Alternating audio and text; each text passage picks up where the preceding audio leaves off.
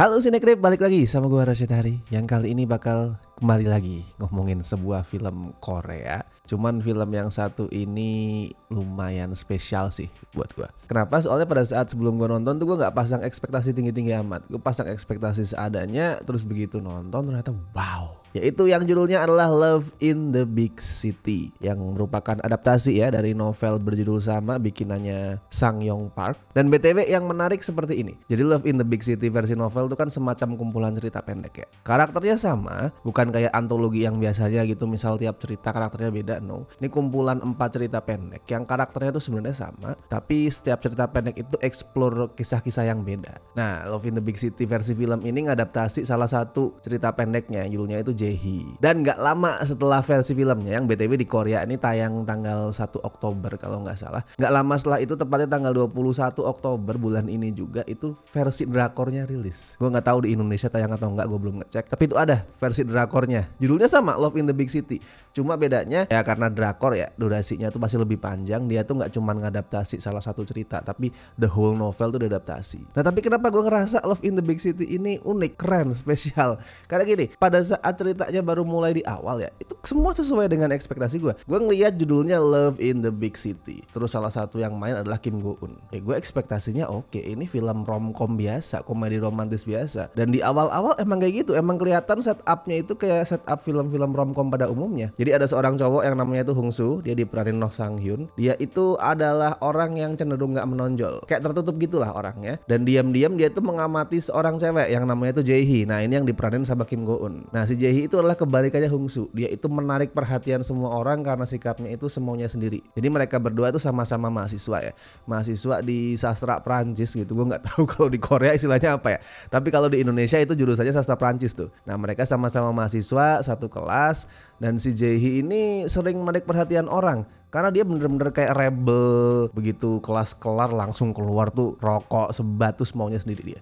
Nah si Hong Soo ini diam-diam merhatiin Jae-hee. Ya itu kan setup romcom kebanyakan ya. Ada cewek tuh yang cenderung populer ya bisa dibilang. Ya udah gue ngerasa oke, sesuai dengan ekspektasi gue. Paling juga nanti mereka meet cute gitu kan, kenalan. Awalnya mungkin kurang nyambung karena dua sosok ini bertolak belakang, tapi lama-kelamaan cinta tumbuh di antara mereka. Gue pikir seperti itu. Dan awalnya emang jalannya kayak gitu. Sampai di suatu ketika ada sebuah adegan yang mengubah segalanya. Nah sebelum gue jelasin nih, saran gue adalah lu tonton film ini dengan sesedikit mungkin tahu tentang ceritanya. Jadi kalau misalkan lu tertarik buat nonton dan lu lagi nonton review ini, saran gue stop tonton review ini. Lu udah tahu dari omongan gue di awal tadi, lu udah ngeliat judul videonya, udah ngeliat thumbnailnya, lu tahu kalau gue bakal ngasih review positif ke film ini. So kalau misalkan lu lagi nonton reviewnya, stop, langsung nonton filmnya dulu. Balik lagi ke sini kalau udah nonton filmnya. Gue sangat-sangat terpukau sama film ini karena gue nggak tahu apa-apa. Gue nggak expect akan dapat tontonan seperti ini. Gue datang tuh tanpa nonton trailernya, tanpa tahu reviewnya,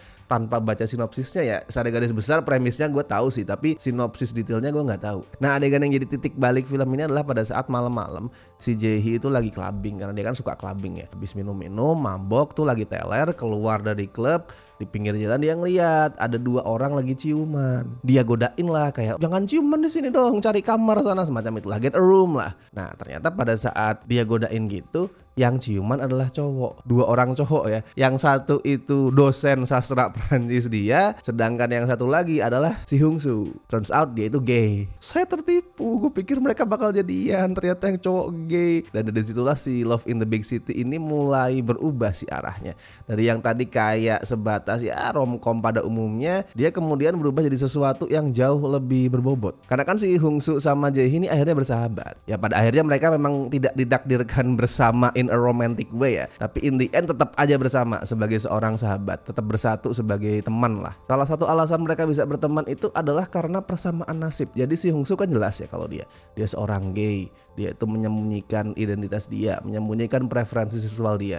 Dia takut pacaran secara belak-belakan gitu, karena orang-orang ya pasti bakalan ngejudge dia, bakalan ya mempersekusi dia, musuhin dia, menghujat dia gitu. Jadi dia menyembunyikan identitas dia. Sedangkan si Jae-hee ya dia cewek straight, tapi polanya rumahnya yang agak-agak freedom gitu, yang semaunya sendiri, doyan mabok, doyan ngerokok, itu bikin dia sering dapat cap jelek dari dari lingkungan lah. Satunya itu gay, sering dapat dasar lu nggak normal, homo dan lain-lain. Satunya cewek yang sering dianggap cewek nakal. Dari situ mereka bersahabat, bahkan sampai tinggal bareng ya. Mereka sempat tinggal bareng juga di sebuah apartemen. Terus mereka di situ ya have fun lah, saling cerita, saling curhat, clubbing bareng, mabok-mabokan bareng, pakai masker bareng ya, maskeran berdua sambil mendengarkan sebuah lagu yang pasti para pencinta K-pop dari Gen 2 tuh tahu. Ini juga gue nggak akan reveal biar lu surprise. Ini adalah salah satu lagu debut girl group paling ikonik. Tapi ini lagu bukan cuma numpang lewat. Ini lagu bakalan muncul di salah satu adegan paling penting filmnya. 2 kali ini lagu muncul. Nah intinya persahabatan mereka tuh makin kuat lah. Dan skripnya itu bagus.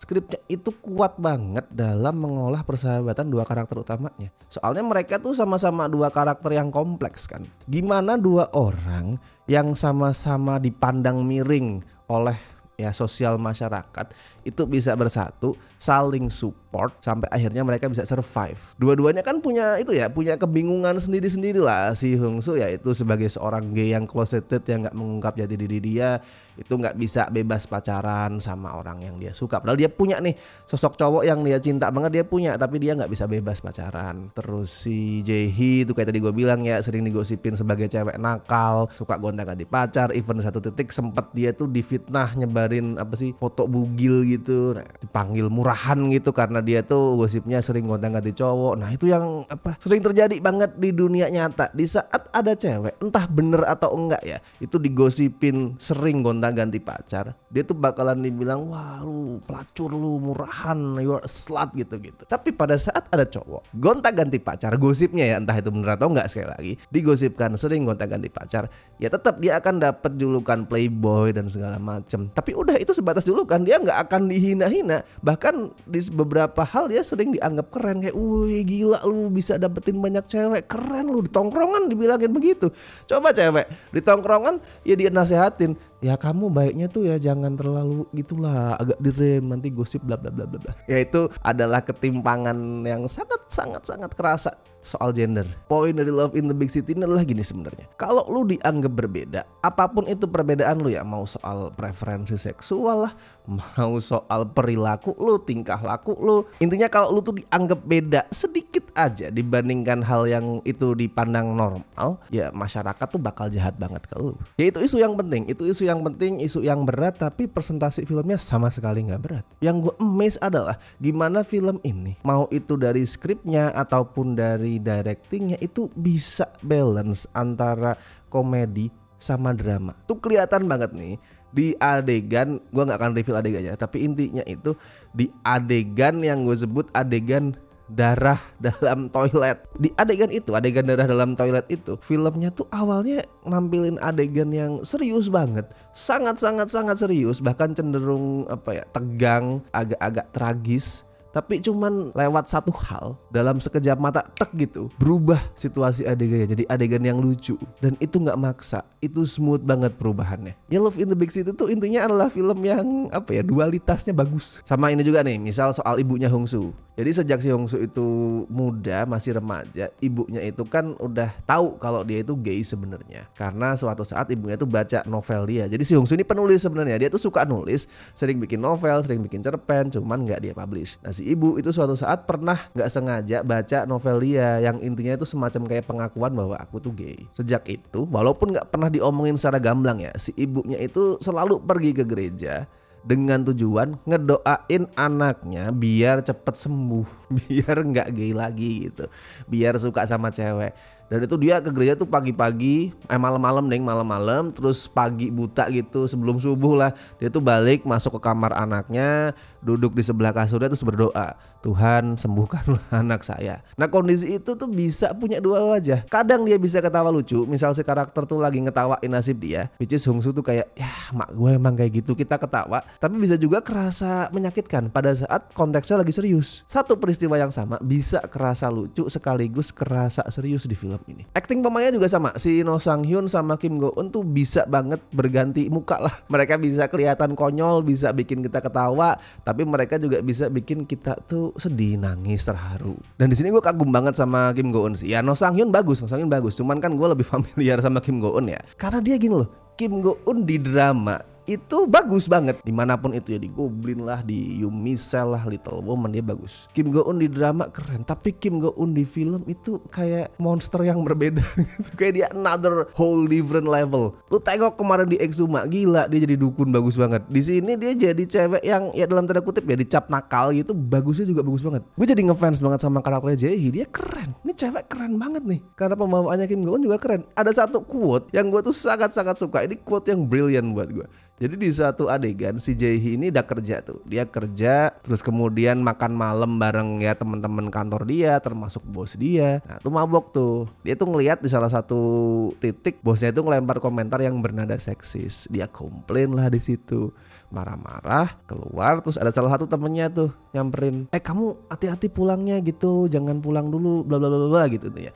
Nah si Jae-hee tuh marah. Kenapa emang? Cewek kenapa sih nggak boleh pulang malam? Cewek itu nggak boleh pulang malam katanya biar kita itu aman. Kita makanya suruh pulang lebih cepet, pulang lebih awal biar kita aman. Kenapa nggak dibalik? Kenapa biar kita cewek-cewek bisa aman, nggak kalian tuh cowok-cowok yang pulangnya lebih duluan? Terus dia pergi dan temennya itu diem terus ngomong, itu actually genius loh. Dan gue juga ngerasain yang sama. Iya juga, itu pinter. Di saat lu ngerasa cewek-cewek jangan pulang terlalu malam lah, nanti digodain cowok-cowok. Ini kita bukan bukan seksis, bukan nggak adil gitu, tapi kan ini demi keselamatan kalian. Nah kalau misalkan kayak gitu ya cowoknya aja yang pulangnya lebih sore, cowoknya aja yang nggak boleh begadang biar ceweknya lebih aman, kan bisa. Kenapa harus ceweknya dulu yang pulang duluan? Nah itu salah satu perspektif yang menarik banget yang dibawa sama film ini, dan masih banyak hal menarik lain yang dia punya, makanya lu tonton. Well, kalau skor buat Love in the Big City, wah ini bisa lah gue kasih 8,5 dari 10. Ini bukan salah satu sih, ini adalah romcom favorit gue tahun ini, tahun 2024. Dan ini salah satu film terbaik tahun ini so far. Jadi silakan lu tonton. Kalau lu sudah nonton review gue sampai sini, artinya lu udah ke spoiler dikit ya soal karakternya itu seperti apa. Tapi nggak masalah, di saat lu udah tahu kalau ini bukan romance biasa, bukan seorang cewek dan seorang cowok yang ketemu terus jatuh cinta, lu tetap akan bisa ngerasa gimana bagusnya film ini pada saat nonton. So silahkan disikat sebelum hilang dari bioskop, karena seperti biasalah film-film seperti ini nggak akan lama, layarnya terbatas. Jadi kalau di kota lu ada, langsung lu tonton. Dan seperti biasa gue ingetin jangan lupa like video ini, subscribe Cinecrip, dan buat teman-teman yang pengen ngebantu kami dengan kasih donasi seikhlasnya, as always ada berbagai cara, ada super thanks, Saweria, dan lu juga bisa join membership sesuai dengan tier yang telah tersedia.